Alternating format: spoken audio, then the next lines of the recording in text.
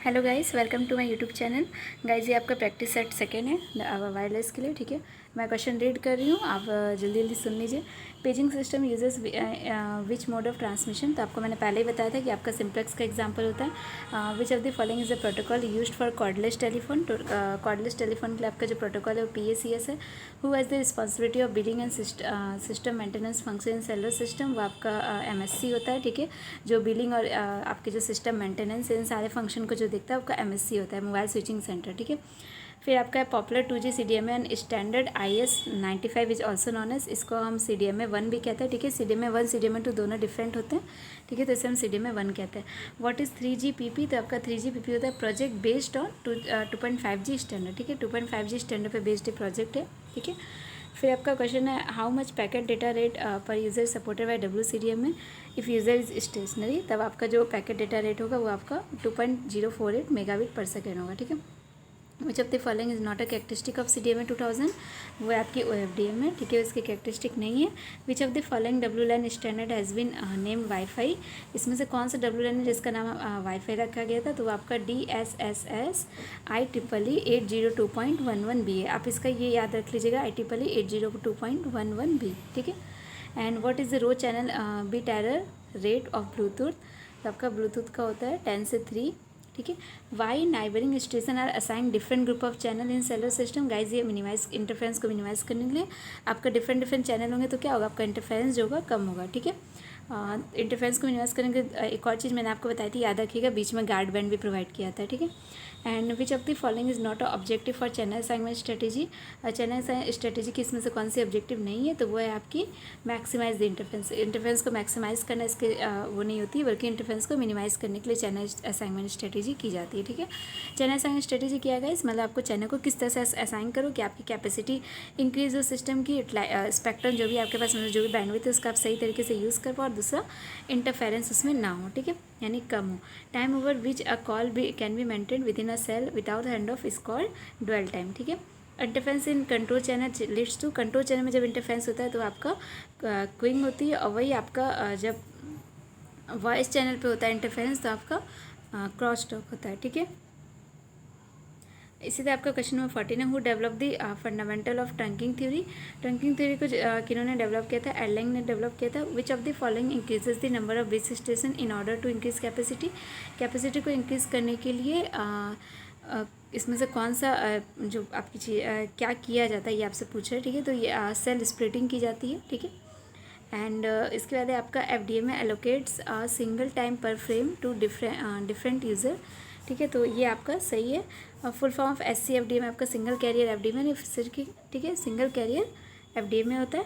Frequency division multiplexing multiple access. ठीक है, which of the following explain the concept of diffraction loss. तो diffraction loss के concept का आपका फ्रेंजल जो है एक्सप्लेन करता है।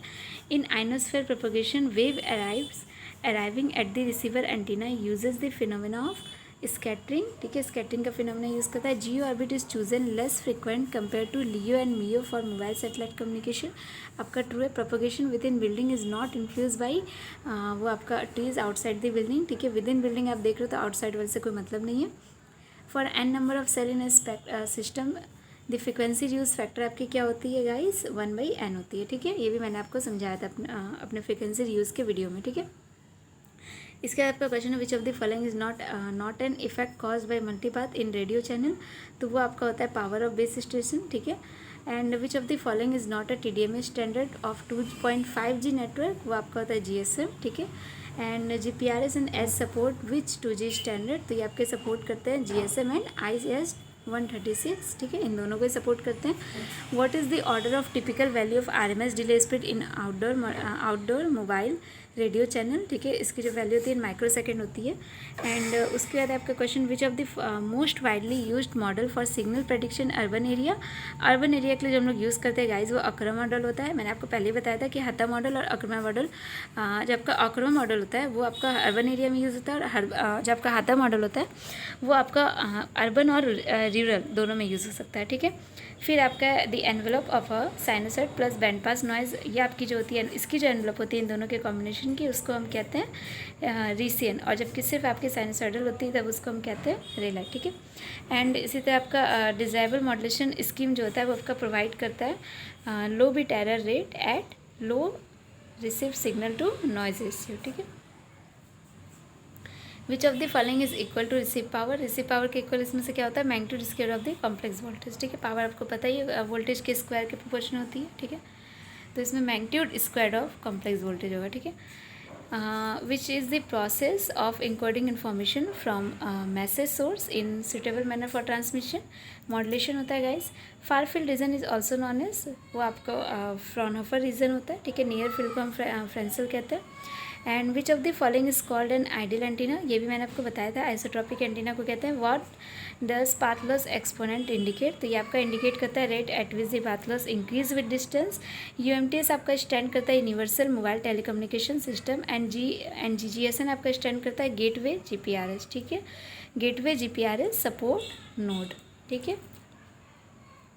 फिर है आपका ये आपका मैच द कॉलम है, इससे पहले वाले में भी एक क्वेश्चन आ चुका है, ठीक है। आप वहीं पे देख लीजिएगा। इसमें पीएन सीक्वेंस आपकी स्पीड स्पेक्ट्रम में होती है, पीएन सीक्वेंस यूज़ की आती है। वोकोडर में आपके सबस्ट्रम एक टाइप है वोकोडर का, डाइवर्सिटी का भी एक टाइप है, मैक्सिमम रेशियो कंबाइनिंग। और इक्वलाइजर का आपका लीनियर ट्रांसवर्सल होता है, ठीक है। इक्वलाइजर आपका लीनियर ट्रांसवर्सल होता है। वोकोडर एनालाइज करता है स्पीच सिग्नल को ट्रांसमीटर पे और उसको सिंथेसाइज करता है रिसीवर पे, ठीक है। स्पीच सिग्नल जो होते हैं कैरेक्टराइज होती है वॉइस और अनवॉइस में। जो set of possible carrier frequencies होती है FHSS में, वो आपकी होपसेट होती है। A rake receiver use multiple correlator use करता है। Which of the following is not an advantage of lattice equaliser, तो ये आपका जो आप सिंपल स्ट्रक्चर जो है इसका एडवांटेज नहीं है, ठीक है। एंड अब इसमें पूछा dash is use to improve reception by collecting time delayed version of the required signal, तो आपका रेक रिसीवर होता है, मैंने आपको बताया था कि वो क्या करता है, आपके जो सिग्नल होते हैं उनका टाइम डिलेड वर्जन कलेक्ट करता है यूजिंग कोरिलेटर, ठीक है। And in the context of equaliser LT stand for, LT आपकी जो होती है वो स्टैंड करती है लीनियर ट्रांसवर्सल इक्वलाइजर, ठीक है। LT आपकी लॉन्ग टाइम एवोल्यूशन भी स्टैंड करती है 4G में, और यहाँ पे आपकी इक्वलाइजर में ये लीनियर ट्रांसवर्सल इक्वलाइजर होती है, ठीक है। लीनियर ट्रांसवर्सल इक्वलाइजर भी एक टाइप है। Rake receiver uses separate dash to provide the time shifted version of the signal, ये इसमें भी कोरिलेटर होगा गाइज आपका, ठीक है। कोरिलेशन रिसीवर, ठीक है, ऑप्शन सी है। The rake receiver involve the step, ठीक है। इसमें कौन सा स्टेप इन्वॉल्व होता है, कोरिलेटर, फिर उसको estimation of the transmitted signal and then modulation and then bit decision, ठीक है। सबसे पहले कोरिलेटर यूज़ होता है। FDM में डिमांड असाइनमेंट यूजेस, ठीक है। इसमें आपका 1 और 4 करेक्ट होगा, single channel per carrier and multi transmission in one time slot, ठीक है। एंड क्या है TD में allow the user to have use of this same frequency channel for a different time slot. The speech coding technique that is dependent on the prior knowledge of the signal, ठीक है, वो आपका होता है vocoder में आपकी जो prior knowledge होती है उसका भी यूज़ किया था, नहीं जो पास्ट आपका जो सिग्नल डिटेक्टर होता है उसी का यूज़ करके अपने प्रेजेंट सिग्नल को डिटेक्ट करते हैं, ठीक है। Which of the option is wrongly matched, इसमें से कौन सा ऑप्शन गलत तरीके से मैच किया गया, वो है आपका ऑप्शन डी। GPRS आपकी 2G नहीं होती गाइस, 2.5G होती है, ठीक है। And linear predictive coding system model the vocal tract को आपका ऑल पोल लीनियर फिल्टर वो किया गया था, मॉडल किया गया था, ये मैंने आपको बताया था अपने वीडियो में, ठीक है। क्वेश्चन नंबर 51 है which 2 channel are responsible for initiating mobile call, ये भी आपके पहले वाले PDF में भी था क्वेश्चन। FCC एंड RCC इसमें रिस्पॉन्सिबल होता है।